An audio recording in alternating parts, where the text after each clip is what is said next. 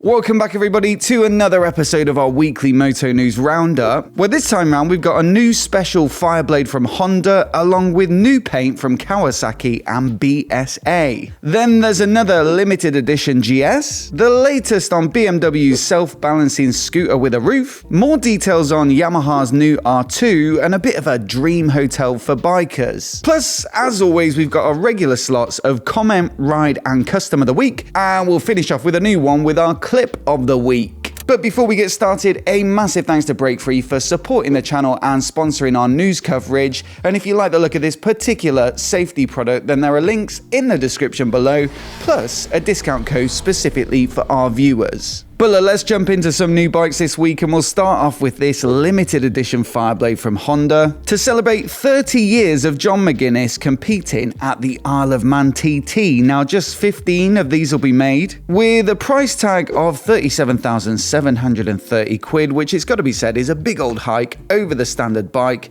at 14 grand more than a standard Fireblade SP. But to be fair, in the context of far more expensive special editions from the likes of Ducati and Aprilia, which do seem to completely sell out regardless, well, 37 grand doesn't seem too bad, especially considering the experience you get when you actually get to collect your bike. You see, they'll be handed over at an event on the Isle of Man, and you'll even get the chance to ride a lap with John McGuinness himself, which is a pretty special handover, it's got to be said. On top of that, there's a signed KYT replica helmet thrown in, a garage mat, a paddock stand as well, and on the bike itself, a special paint job that mirrors that of his bike from this year's event, which in turn mirrors the Paul Bird Motorsport finish on his RS250R from his actual debut year. Plus, there's a tall screen, a seat cowl, HRC oil filler cap, GB Racing engine covers, Evotech radiator guard, lever guards, and stand bobbins, and so all in, yes, a rather nice looking bike. Also from Honda this week, a new patent has emerged, appearing to show a new version of their Forza Maxi scooter, but this time equipped with an airbag. Now, Honda have been offering an airbag in their Goldwing, of course, for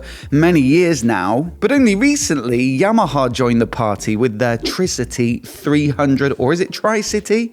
Tri-City 300 scooter. So it looks like in response, Honda are preparing to upgrade the safety of their own scooter lineup. Although given that this implementation of an airbag is actually mounted on the handlebars as opposed to being held in the tank area like on the Goldwing, well, it's easy to see how this might be, ported over quite simply to other scooters and motorcycles. So maybe we'll see it more widely rolled out as well. Over at Kawasaki though, well, they're continuing to roll out their new paint jobs for 2027, and this week it's the turn of their Ninja 1100 SX Sports Tourer.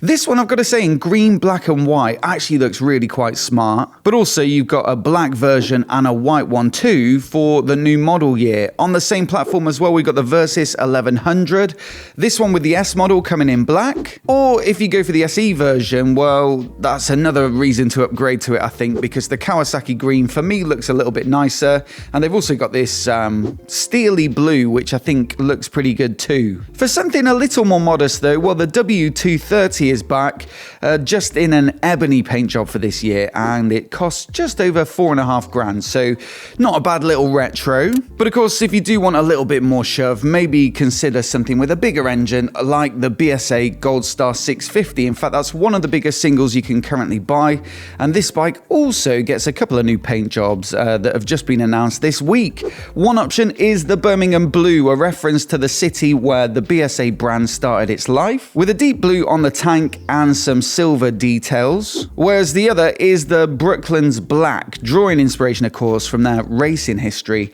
at the famously steep-banked Brooklands circuit. This one's black and chrome on the tank, a little bit of gold pinstriping as well, and they've also quilted the seat, which does add a bit of a classy touch. Now, just a quick reminder that our competition with Calimoto is still open this week. You've got a couple of weeks to get your entry in, and the prize is a lifetime membership for their premium features, which opens up all the capabilities of their excellent motorcycle-specific navigation app. So instead of getting you just from A to B, it sends you down the most entertaining and twisty roads that makes for the best motorcycle-specific routes. All you've got to do is head to the link in the description below and then estimate how much money I would save on memberships if I live to 100. So either try and work it out, or just put a random guess in, and the closest one will win that lifetime membership. Now, Motorrad Online this week report on yet another market-specific special edition of the R1300 GS, after we reported last week on a limited run for Brazil to celebrate the 150,000th vehicle produced at their plant there. This time around, though, it's the Netherlands with this quite vibrant finish that reminds me a lot of the 40th anniversary GS's, the 1250, but this time it's called the Aurum edition, with apparently Aurum being Latin for gold. So you've got gold on the rims, gold on the side panels too, some gold graphics over the top of their triple black model, and it's finished off rather nicely with an Alcantara saddle.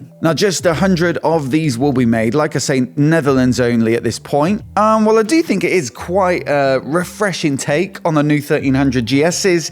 Well, Motorrad do speculate that probably a facelift, or even, well, they call it a beak lift, but even maybe new colours for the new model year will be on their way soon, and so maybe it's just a way to clear out some of their current inventory of the triple black models by just layering a bit of a special edition over the top. Anyway, another development from BMW this week comes in the form of a patent that appears to show the most recent development for their Vision CE project. This was a concept bike last year, following on from their iconic, let's say, C1 scooter with a roof, but just in a more modern electric form, and also it features self-balancing as well. Now, one concern they're trying to address, I guess, is what had happened to your legs if you were to crash this Vision CE bike. And so these latest drawings appear to show an airbag on either side of the saddle, which would sort of wrap over your thighs in order to stop them dangling over, I suppose, and getting stuck under the bike. Thing is, though, there was also a patent a while back for little wheels that deployed at a standstill in order to hold the bike up so you didn't need to put your feet down all the time. Again, I guess to maybe keep your legs out of the way a bit. But that's kind of got me wondering, actually, if there's so many extra measures required in order to make this bike safe or at least convenient, then maybe fundamentally it's not a great starting point. After all, that first C1 was hardly a roaring success. But as expected today, Yamaha just pulled the covers off their new R2, and along with it, a new top spec R2M. And initially it looks like it's going to be launched in India, with maybe a global rollout to follow, with a 204cc liquid-cooled single that makes 26 horsepower peak and about 19 Nm of peak torque. On top of that, it's a very slender bike at just 149 kilograms curb, and so should make for a very fun little lightweight sports bike that probably be good fun on both road and track. Now, both versions get Nissin brakes, a 5-inch color TFT, LED lighting, dual channel ABS, and 3 riding modes. But on top of that, the R2M gets a blue and silver finish, which looks pretty slick, along with adjustable suspension, an up and down quick shifter, adjustable levers, and a suede effect saddle. Now, no global price on these yet, just for India so far, and typically Indian prices aren't a great indicator of how much it will cost elsewhere, but I'd imagine if they do release this globally, it will be at EICMA this year, and so price will probably follow shortly after. Next up, though, from Vietnam, one of their biggest automotive brands, VinFast, are perhaps about to pull the covers off a range of electric motorcycles which look to be roughly equivalent to sort of a 600cc petrol bike. These design filings show a lineup of 4 bikes. While they do actually look pretty flipping cool, I'm not really sold on the naming convention. So you've got the Sabab, which looks like a super modern roadster. The Sadub, maybe a power cruiser inspired bike with much wider wheels. The Sulat is perhaps a more sporty take with clip-on style bars. And then the one that looks closest to production, at least in these drawings anyway, is the Surad. So Sabab, Sadub, Salad, Sarad. Could be a little confusing. You have to be careful you don't order the wrong bike. But as always, I think truly to be good, big electric bikes, they're either going to have to come in at a lower price point than a lot of them have so far, or have some real innovations in the battery in terms of charging times and range. Still, if you're more of a petrol head, then perhaps this will look more attractive, a Ducati 998 RS that just went on auction, and it's the very one that Steve Hislop won the 2002 BSB title on. The thing that's got a lot of coverage about this bike though is that he set a lap record on it at Donington, and it was actually faster than Valentino Rossi's pole qualifying lap at the same circuit in the same year on his MotoGP bike. Now admittedly it was the first year on 4 strokes, but all the same, a heck of an impressive achievement. But the auction though, well, they're saying bids start at £180,000, which I think probably puts it out of budget for me. Anyway, not really news per se, but I saw this on Motorrad Online this week, and so I had to stick it in. With a motorcycle-themed hotel, complete with iconic bikes right there in a glass box in the room. Apparently it's called the Motorcycle Inn in Tennessee, and you can choose from a room with a Ducati 916, a Repsol Fireblade, a limited edition R1,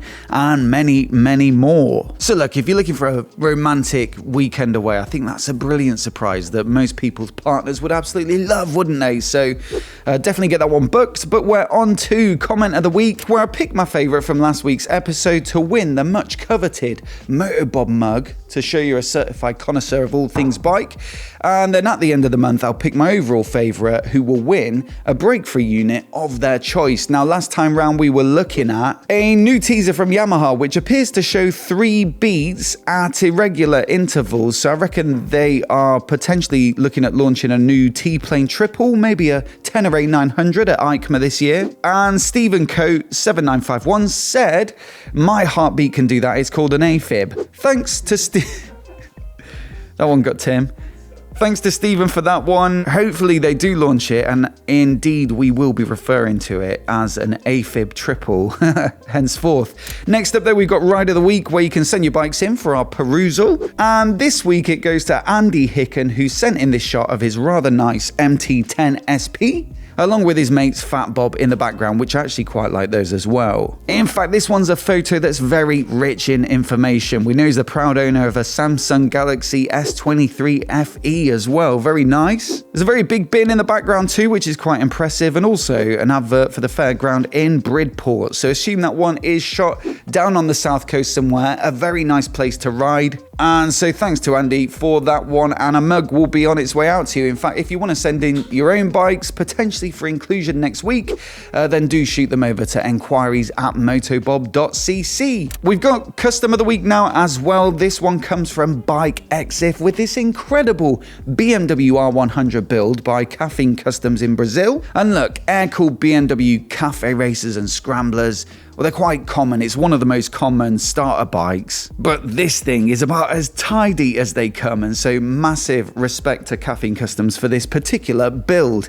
The integrated lights at the back with the exhaust exiting underneath, they're definitely a big highlight for me. The bespoke front mud garden headlight cowl finish it off very nicely up front, and that paint job has plenty of depth and also a bit of bravery about it, and so again, very much admire what they've done with this one. In fact, when you see it side on in this shot, well, you can really just appreciate how minimal and neat it is. Anyway, new little segment, clip of the week to round us off. I caught this one on Instagram, and I just cannot believe how unlucky this poor guy got.